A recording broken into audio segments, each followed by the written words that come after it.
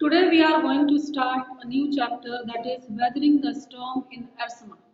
Ersama में तूफान in 1999, 27th October. This storm occurred in Odisha, the coastal areas of Odisha. Orissa के तटवर्ती इलाकों में इस तूफान ने अपनी दस्तक दी थी 1999 में. Let's see what is there in introduction. The cyclone that hit Odisha in 1999 killed thousands of people. इस तूफान की वजह से हजारों लोग मारे गए उड़ीसा में. And devastated और बर्बाद कर दिया, डिस्ट्रॉय कर दिया hundreds of villages को, तबाह कर दिया, सैकड़ों गांवों को तबाह कर दिया, गांव का नामो निशान मिट गया. For two dreadful nights, दो खतरनाक रातें, प्रशांत, the main character of this chapter, a young man was marooned, मतलब फंस गया था, on the roof of a house, एक घर की छत पे वो 2 रातों तक फंसा रहा. कौन? प्रशांत, a boy of 18 years. He had gone to meet his friend, अपने दोस्त से मिलने गया था और वहां जाके वो फंस गया. On the third day he decided to go to his village. अगले तीसरे दिन उसने डिसाइड किया कि अब वो अपने गांव जरूर जाएगा. Did he find his family? तूफान तो उसकी फैमिली गांव में भी आया था. क्या उसे उसकी फैमिली मिलेगी? सभी प्राप्त हो जाएंगे या नहीं होंगे? कहीं कोई एक्सपायर तो नहीं हो गया होगा, कहीं कोई बह तो नहीं गया होगा. Let's see. On 27th October 1999, 27 अक्टूबर 1999 की बात है. This is the real story. 7 years after his mother's death. अभी प्रशांत की माँ को मरे हुए 7 साल मुश्किल से हुए थे. प्रशांत had gone to the block headquarters of एरसमा. एरसमा के ब्लॉक हेडक्वार्टर्स में वो गया हुआ था. Small town in coastal Odisha. Orissa के तटवर्ती इलाके में ये एरसमा नाम की जगह थी जहां किसी ऑफिशियल काम से वो गया हुआ था. Some 18 kilometers from his village. उसके गांव से करीब 18 किलोमीटर की दूरी पे था ये. To spend a day with his friend. अपने एक दोस्त के साथ एक दिन गुजारने के लिए वहां गया था. In the evening, शाम के समय, a dark and menacing storm. अंधेरा, एकदम से अंधेरा हो गया. And menacing means खतरनाक. Storm means तूफान. Quickly, जल्दी से या यूं कहो अचानक. Gathered means घिर आया. शाम होते होते काले अंधेरे के साथ एक खतरनाक तूफान घिर आया. Winds beat against the houses. जो हवाएं थी वो इतनी तेज थी कि वो घरों पे थपेड़े मारने लगी.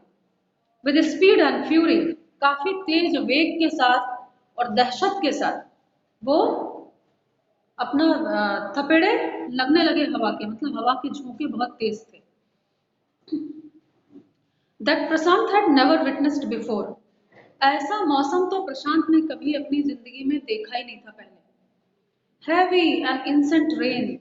Heavy means तेज, downpour, मूसलाधार बारिश. Incessant लगातार. Continuous रेन जो थी, बारिश. Filled the darkness. अंधेरा हो चला था, शाम हो गई थी. अंधेरा होते होते तेज बारिश ने अंधेरे को भर दिया, यानी खूब तेज बारिश हो रही थी. Ancient trees. वहां आसपास जो पुराने पेड़ थे, Ancient trees were uprooted. उखड़ गए. Uprooted मतलब उखड़ गए. And crashed to the earth. और टूट के जमीन पे गिर गए. Screams मतलब चीख पुकार. Rent the air. हवा में फैल गई. क्या फैल गया? लोगों की चीख पुकार. As people and houses were swiftly washed away. क्योंकि लोग और घर तेजी से बहे जा रहे थे. तो लोग जो थे, क्योंकि वो टेम्पररी हाउसेस थे, लकड़ी के भी कई घर थे, जब वो बहे जा रहे थे तो लोग जो है वो चिल्ला रहे थे. पानी में भी लोग, काफी लोग फंस गए थे. The angry water. ऐसा लग रहा था पानी जो है वो नाराज हो गया है, आज वरुण देवता नाराज हो गए हैं. Thrilled into his friend's house.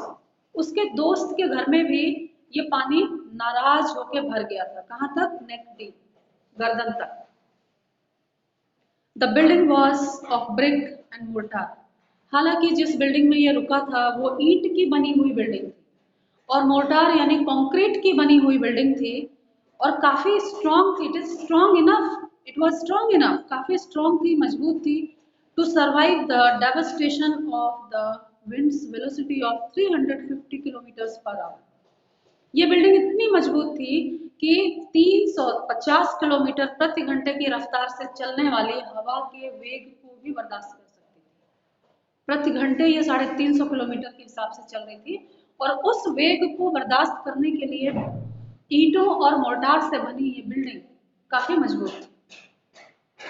But the cold terror of the family grieve with the crashing of trees. लेकिन घर के लोग काफी परेशान थे, डरे हुए थे, क्योंकि 2 पेड़ उनके घर पे गिर गए थे, नारियल के।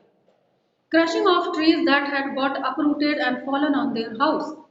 2 पेड़ उखड़ के उनके घर पे गिरे हुए थे। इस चीज से घर के लोग काफी परेशान थे। वो लगातार एक प्रेशर बना रहा था उनके घर की दीवार और छत पे।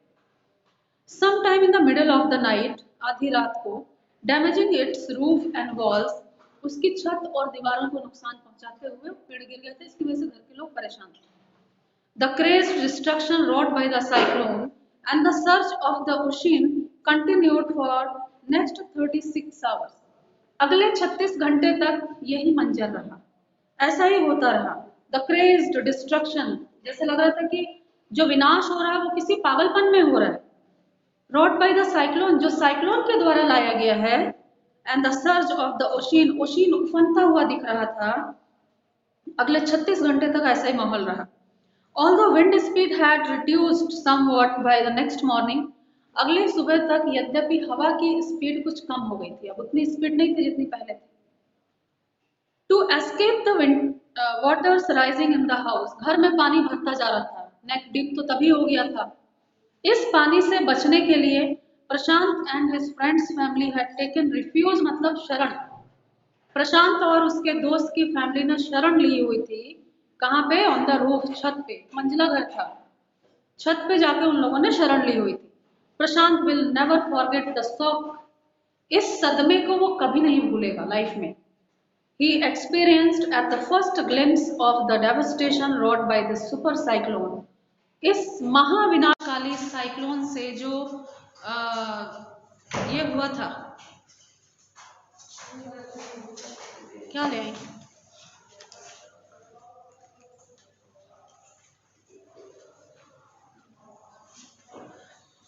छोटे विद्यालय में किसी को निकला है कोरोना? निकल गया ना छोटे विद्यालय में।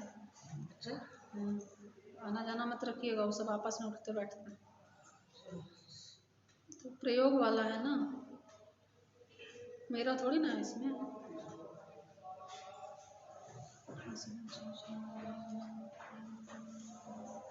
क्या लिखा है? 9 से 12 तक पढ़ाएं, 7, 12, 20 को एक्टिविटी की लिस्ट बनाकर परीक्षा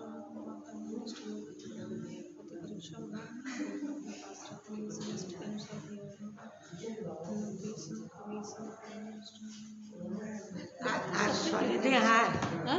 सॉलिडे वाल सॉलिडे शनि ब्लैक बोर्ड में लिखा क्या? बाहर नीचे हाँ आज कुछ है, सॉइल्ड हमारे जमीन का। हाँ, भूमि दिवस। ये कट हो गया है लेकिन रिकॉर्डिंग चल रही है हमारी सारी।